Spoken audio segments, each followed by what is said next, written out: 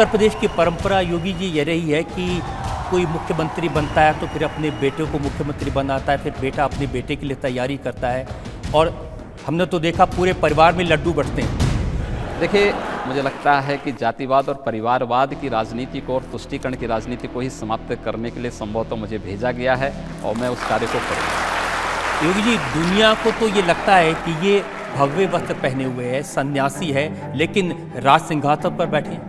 इस देश का योगी ही इस देश का राजयोगी भी बना है और उस राजयोगी के रूप में उस दायित्व का निर्वहन दिल्ली में मोदी जी कर रहे हैं तो उत्तर प्रदेश में उन्होंने दायित्व मुझे दिया। अब ये इल्ज़ाम मेरा नहीं है, उत्तर प्रदेश के पूर्व मुख्यमंत्री अखिलेश यादव का। वो कह रहे हैं कि पूरे इलेक्शन कैंपेन के दौरान हम लोगों को समझाते रहे और योगी जी बहकाते रहे और ये जीत गए, हम पीछे रह गए। सही बताऊं मैं आपको, अगर किसी दूसरे स्टेट से हमें यूपी में आना होता था 19 मार्च 2017 के पहले, तो जहां से अंधेरा प्रारंभ होता था समझ लीजिए उत्तर प्रदेश की सीमा शुरू हो गई है। जहां से गड्ढा युक्त सड़कें प्रारंभ हो गई उत्तर प्रदेश, छिनैती, डकैती, लूटपाट, बहन और बेटियों की इज्जत के साथ सरेआम खिलवाड़ करने की प्रवृत्ति होती थी और सत्ता का संरक्षण उन मंचलों दुष्कर्मियों को प्राप्त होता था, वो उत्तर प्रदेश होता था। लेकिन हम लोगों ने उस व्यवस्था को बदलने का एक प्रयास किया है, हम लोग उसको बदल रहे हैं। लेकिन योगी एक कार्यक्रम में अखिलेश जी की बात सुन रहा था, वो कह रहे थे कि हमने ऐसा गार्डन बनाया है जो लंदन के हाइड पार्क जैसा है, उसमें जाके बैठे तो बड़ी अच्छी हवा आती है। मुझे लगता है कि प्रदेश की जनता इन नमूनों को उन्हीं गार्डनों में बिठाने के लिए भी तैयार बैठी है। रामपुर, इटावा, कन्नौज, आजमगढ़ ये ऐसे इलाके हैं जहाँ बिजली तो जाती है लेकिन 80 से 90% चोरी होती है। राजनीतिक नेतृत्व उस समय का चोरी करना सिखाता था, चोरी करता था, चोरी करना सिखाता था। एक और घटना अखबारों में आई कि एक शहीद के घर आप गए थे, आप पहुंचे, उसके पहले उसके घर में एसी लगा दिया, सोफे लगा दिए, टेबल लगा दी, कालीन लगा दिया, आप गए तो फिर वो सब हटा। देखिए, प्रशासन की ये गलती थी, प्रशासन को ये नहीं करना चाहिए था।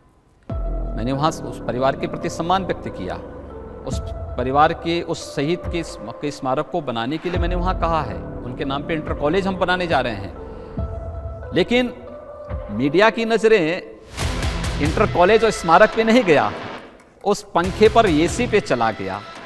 तो मुझे उसमें बड़ा आश्चर्य हुआ कि ये चीज़ें हुई, लेकिन वो प्रशासन की गलती थी, क्योंकि प्रशासन को मैंने पहले से सख्त इस बात के लिए किया है कि देखो भाई, मैं कहीं जाऊंगा, मेरे लिए कोई विशेष व्यवस्था करने की आवश्यकता नहीं। और आपने तो जनता से कहा था कि मेरी सरकार बनेगी तो गुंडों को चेतावनी है, या तो काम छोड़ दे गुंडागर्दी का या बाहर चले जाएं। कुछ क्षेत्रों में घटनाएं घटित हुई हैं, दुखद हैं, लेकिन हम चिन्हित कर चुके हैं कौन लोग इन घटनाओं को कर रहे हैं। क्योंकि जो लोग बेरोजगार हो गए हैं, वे लोग अगर अपराध करेंगे ठोक दिए जाएंगे और वही कार्य हम कर रहे थे। अखबारों में छप रहा है, जो टीवी चैनल पर दिखाई दे रहा है, उसमें ऐसा लग रहा है कि अपनों से ज्यादा आफत है। भाजपा विधायक का ऑडियो वायरल, सीओ को धमकी, बरेली में बीजेपी के एमएलए की गुंडागर्दी, टैक्स मांगने पर थप्पड़ मारा, मुजफ्फरनगर में बीजेपी विधायक को हत्या करने वालों के हाथ पैर तोड़ दूंगा ये कहा, मेरठ में बीजेपी के नेता ने पुलिस पर दबंगई दिखाई। अब मैं पढ़ता जाऊंगा, बहुत लंबी फहरिस्त है। अपराधी कोई भी होगा, हम सख्त कार्रवाई करेंगे, लेकिन सत्ता है, थोड़ा बहुत भी आप श्वास नहीं लेने देंगे भारतीय जनता पार्टी के सांसद और विधायकों को, तो उसको भी मैं किस रूप में देखूंगा। लेकिन फिर भी हम कह रहे हैं कि कानून को हाथ में नहीं लेने देंगे और कानून के अनुसार ही प्रदेश चलेगा। उन लोग का क्या करेंगे जो योगी आदित्यनाथ का नाम लेके, जो आपकी तरह बाल मुंडवा के भगवा पहन के गुंडागर्दी करते हैं? प्रदेश के अंदर जो अपराध हो रहे हैं, जो ये नकाब लगा करके गोलियां चलाई जा रही हैं, हम उन्हीं को गिरफ्त में लेने की तैयारी कर रहे हैं और वे सारे चेहरे एक्सपोज होने वाले हैं बहुत जल्दी, कि जो लोग हर तरीके से फेल हो चुके हैं, अब वे प्रदेश की कानून व्यवस्था को चुनौती देने का कार्य कर रहे हैं। और मैंने भी इस बात को कह दिया है, अब जो बात से नहीं मानेगा वो दूसरे तरीके से जरूर मान जाएगा, और दूसरा तरीका हम लोग अपना रहे हैं।